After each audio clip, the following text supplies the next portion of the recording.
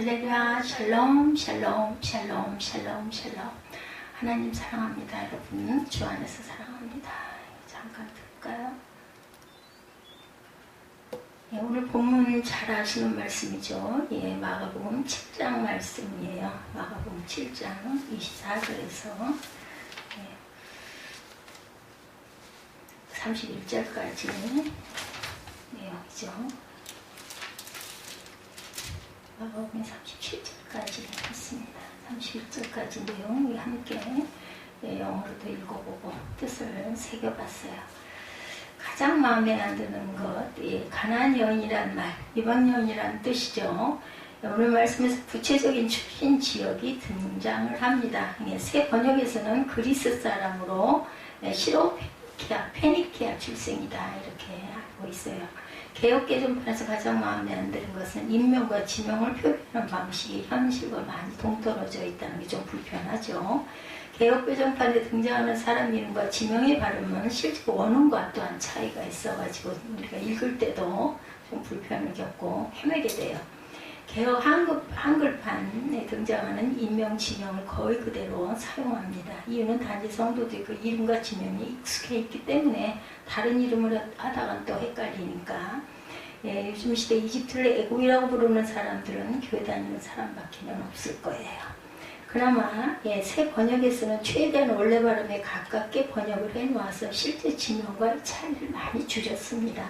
오늘 말씀에 등장하는 지명을 눈여겨보면서 우리 함께 말씀을 다시 한번 읽어봅니다. 24절에 예수께서 거기에서 일어나셔서 어디에요? 티로라고 나오죠? 지역으로 가시고 어떤 집에 들어가셨는데 아무도 그것을 모르기를 바라셨으나 숨어 계실 수가 없었다. 24절에 이렇게 나오죠? 티로 지방에 가서 한 집에 들어가 아무도 모르게 하시려 하나 숨길 수가 없더라. 이에 더러운 귀신 들린 어린 딸을 둔 한 여자가 예수의 소문을 듣고 곧 와서 그 발에 엎드립니다. 티로라고 하는 곳은 갈릴리에서 한참 위쪽에 있는 지중해 옆에 있는 해안 도시입니다. 현재 레바논의 수루라는 곳이에요. 이 도시는 무역이 발달하고 그 자색옷감 장수, 사도행전에 나오죠. 자색옷감이 아주 유명하다고 그래요. 당시 이 도시에는 큰 로마식 목욕탕이 있었고 또한 사각형의 경기장도 있던 화려한 이방 도시죠. 갈릴리 지역에서 주로 활동하시던 예수께서 왜 그곳 티로까지 가셨을까? 추측해보자면 갈릴리 지역에서 예수님의 사역이 너무 유명해지자 그곳을 피해서 숨어 계시고자 하여서 아예 조금 다른 지역으로 피하신 것 같아요.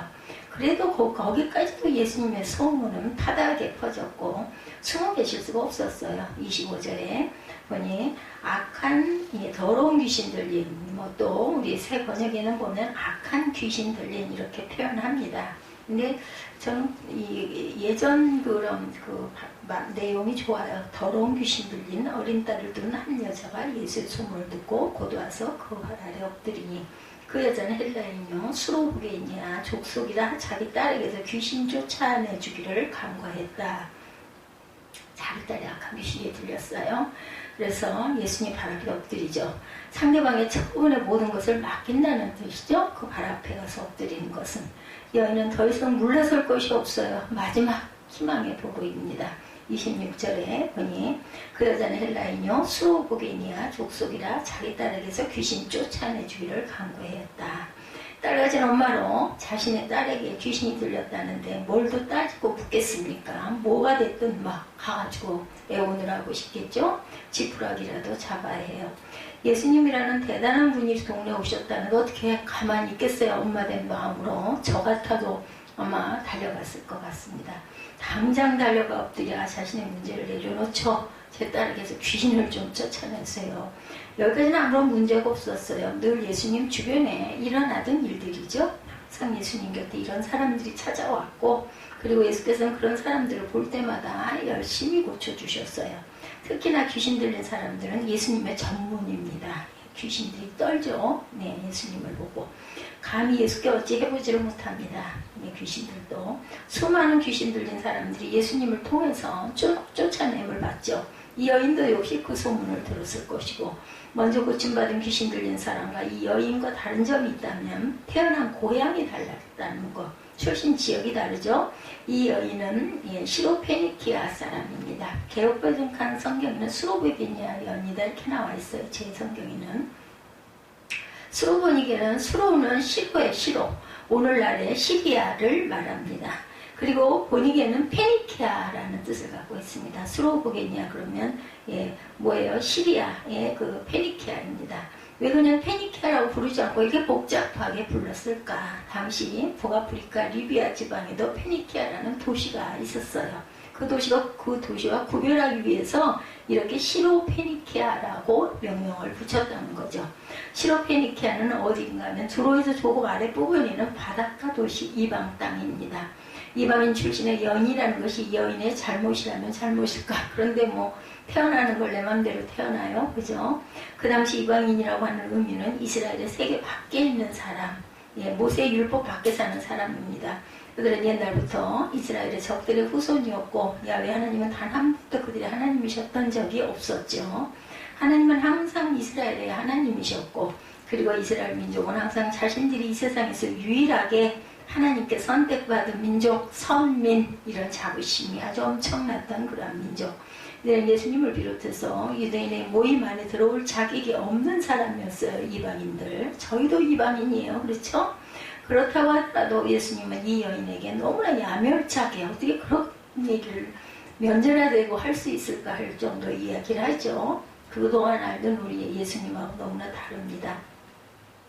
항상 온화한 미소를 띠고 사람들의 병의 종류와 상관없이 누가 됐든 깨끗하게 고쳐주고 아무리 더러운 것 이런 것들도 상관하지 않고 헌신적으로 고쳐주셨던 예수님의 모습이셨는데 오늘 이 여인에게만 아주 야멸차요. 정말 모멸스럽고 얼굴이 화끈화끈했을 것 같은 너무나 냉정하고 단호하고 심지어 상대방을 아주 무시하고 모욕하면서 심한 굴욕감과 모멸감을 느끼게 충분한 상처되는 말을 아무렇지도 않게 하시죠.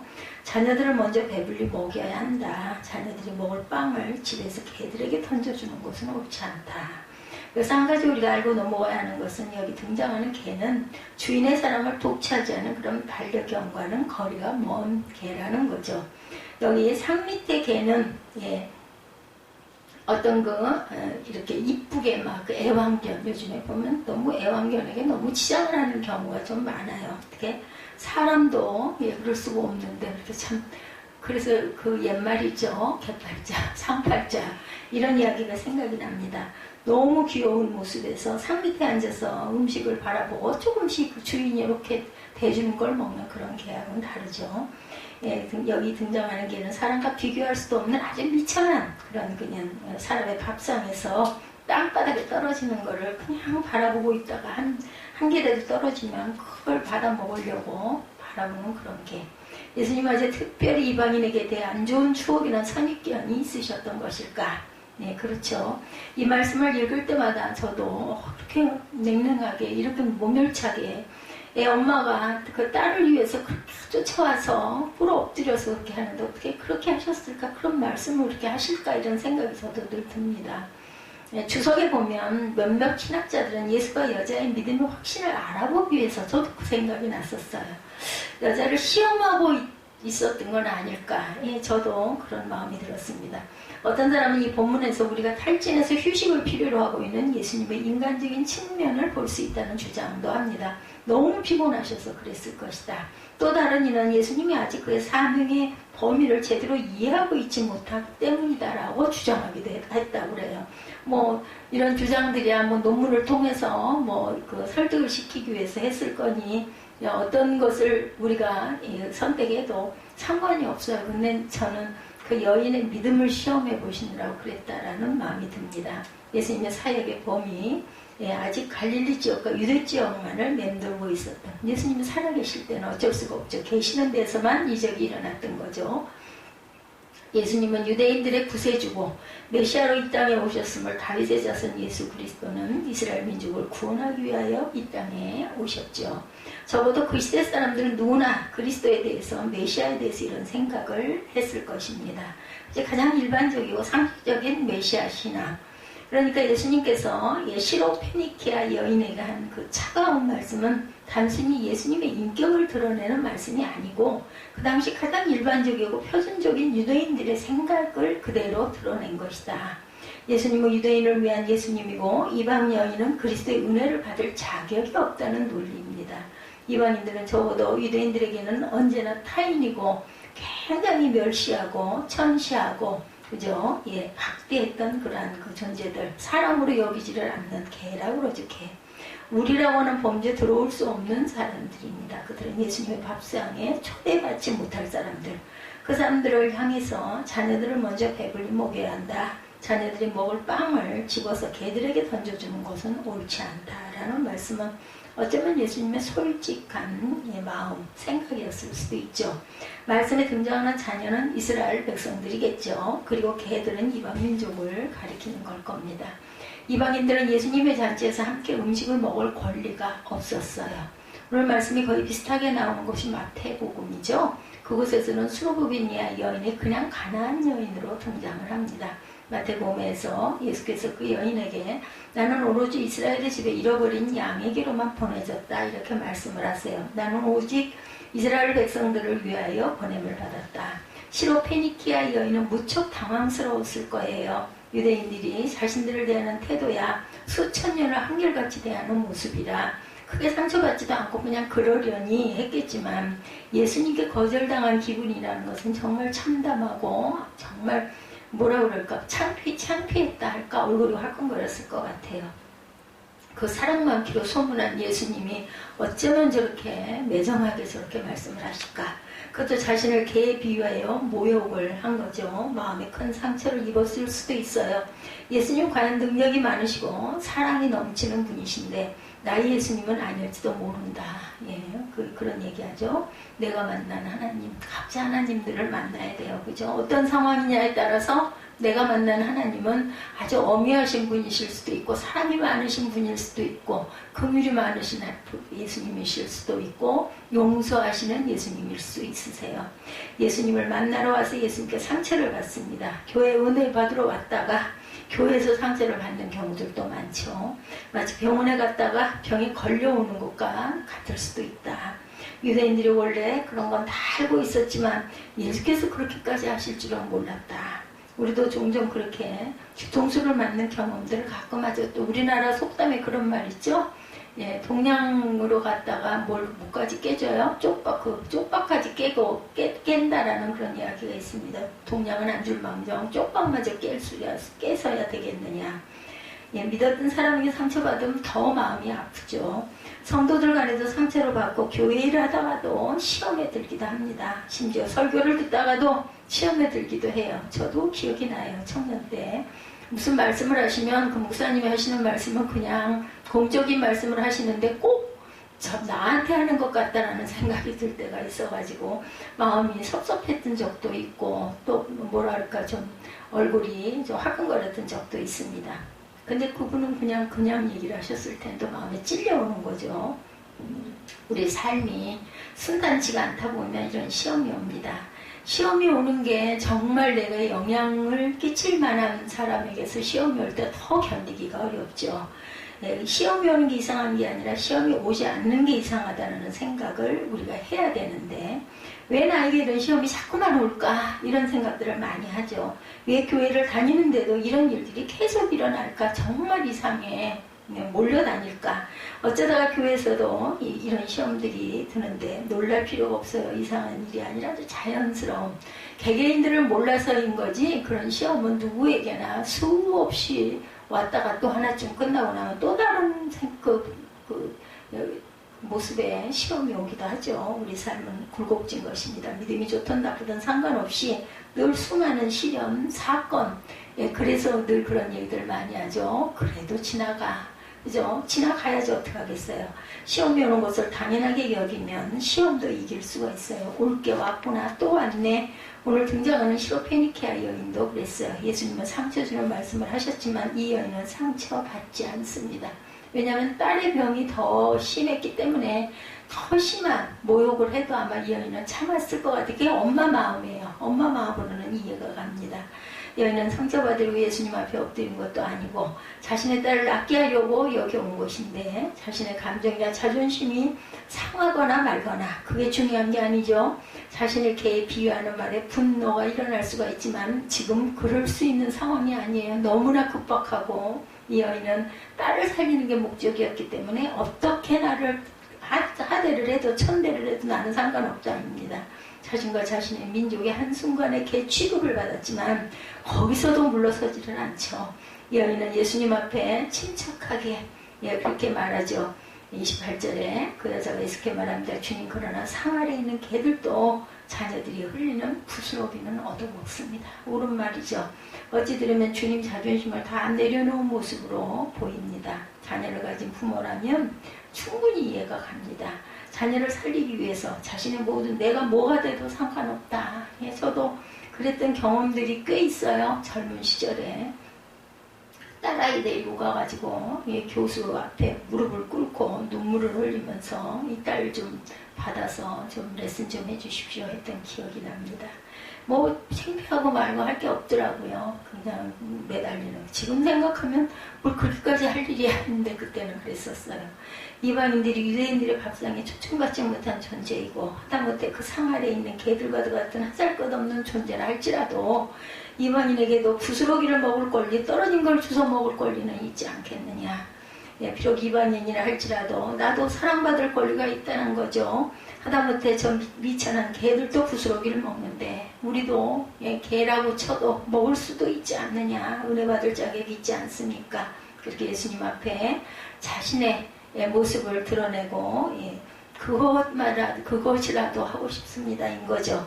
나도 하나님의 피조물입니다. 나도 고쳐주세요. 우리도 하나님의 자녀일 수 있습니다. 지금 이 여인은 예수님을 논리적으로 설득하고 마지막 카드죠. 막무가내로 그냥 죽이려면 죽이시고 이 딸만 좀 살려주세요. 나는 죽어도 좋습니다. 이런 뜻이죠. 그리고 이 여인이 예수님을 어떻게 보면은 거꾸로 이해를 시킨 꼴이죠.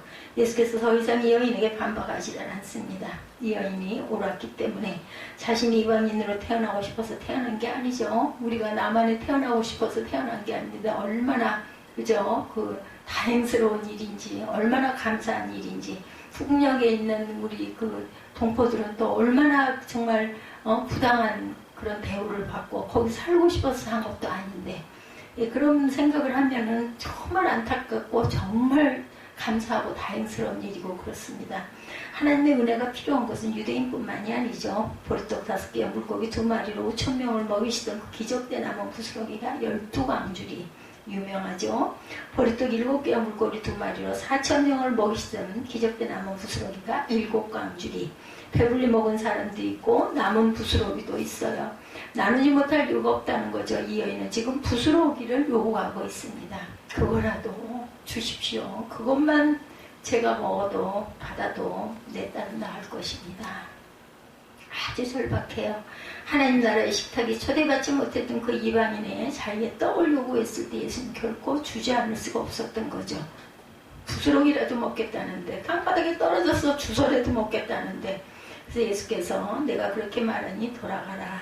귀신이 내 딸에게서 나갔다. 그 여자가 집에 돌아가 보니 아이는 침대에 누워있고 귀신은 나가고 없었다. 이게 중요한 건 맨 마지막에 중요해요.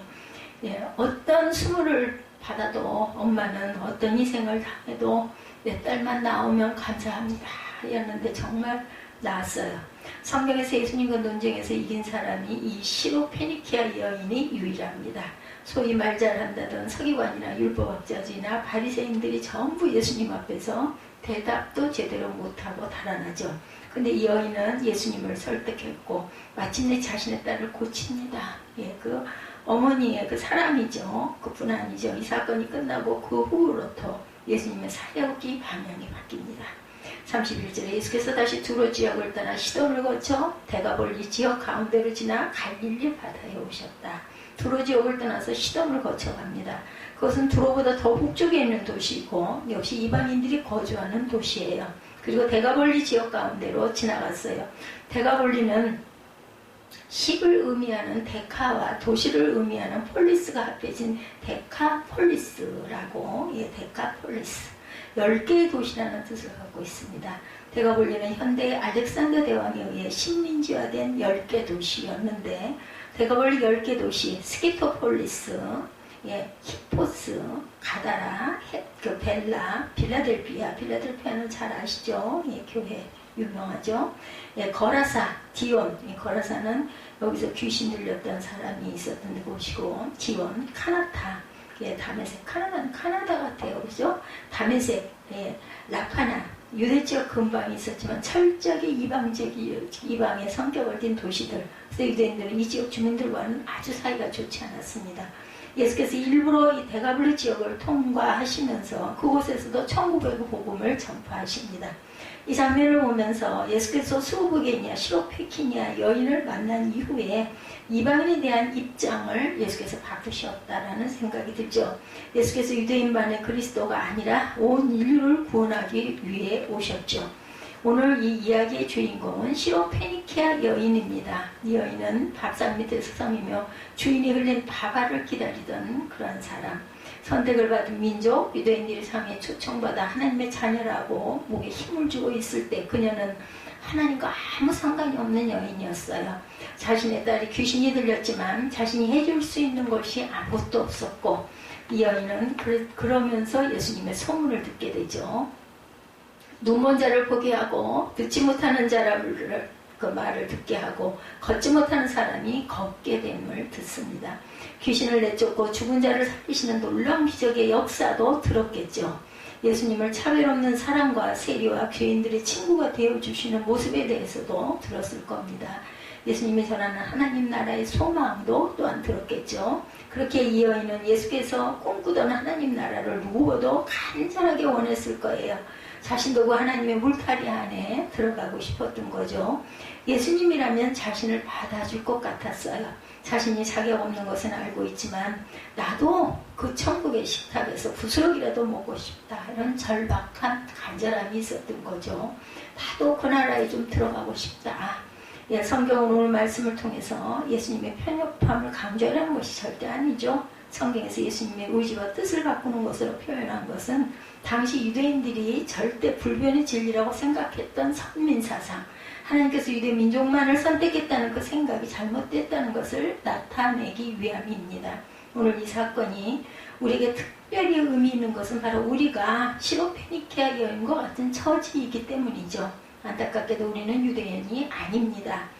간혹 태극기 부대에 참여하시는 일부 기독교인들이 자신이 유대인인 줄 착각하고 이스라엘 깃발을 함께 들고 나가시는 분들도 계시다고 그래요. 심각한 착각을 하고 있는 거죠. 이스라엘이라는 국가는 더 이상 하나님의 유일한 선택받은 민족만이 아니죠. 게다가 우리도 유대인은 아닙니다. 이방인이죠. 예수님의 은혜가 아니었다면 우리도 결단코 하나님 나라의 복음을 나의 복음이라고 받을 수 없는 사람들입니다. 부스러기 은혜라도 구했던 시로페니키아 여인의 그 간절함이 없었더라면 우리는 결코 야훼 하나님을 우리의 하나님으로 고백할 수가 없었던 것이죠. 야훼 하나님은 오직 유대인들의 하나님이었고 우리와는 상관없는 신이었을 테니까요. 그런데 이 사건 이후에 예수님은 이방인에게 복음을 전하십니다. 양 99마리를 버려두고 잃은 양 1마리를 찾으시는 분이시기도 하죠. 잃어버린 양이 바로 우리 이방인들입니다. 집에 얌전히 머물러 자신의 권리를 주장하는 큰아들이 이스라엘 민족이라면 아버지를 버리고 집을 떠났다가 다시 돌아온 탕자가 바로 이방인들이죠. 우리가 바로 잃어버린 한 개의 드라크라만 이방인들이죠. 드라크마. 우리는 하나님 앞에서 감히 우리의 권리를 주장할 수 없는 사람들이었어요. 우리가 뭐 하나 내세울 것이 없습니다. 우리는 하나님 앞에 이방인이었고 부족하고 연약하고 정결하지 못한 죄인들이었고 그런 우리가 하나님께 구할 것은 부스럭이라도 좋습니다.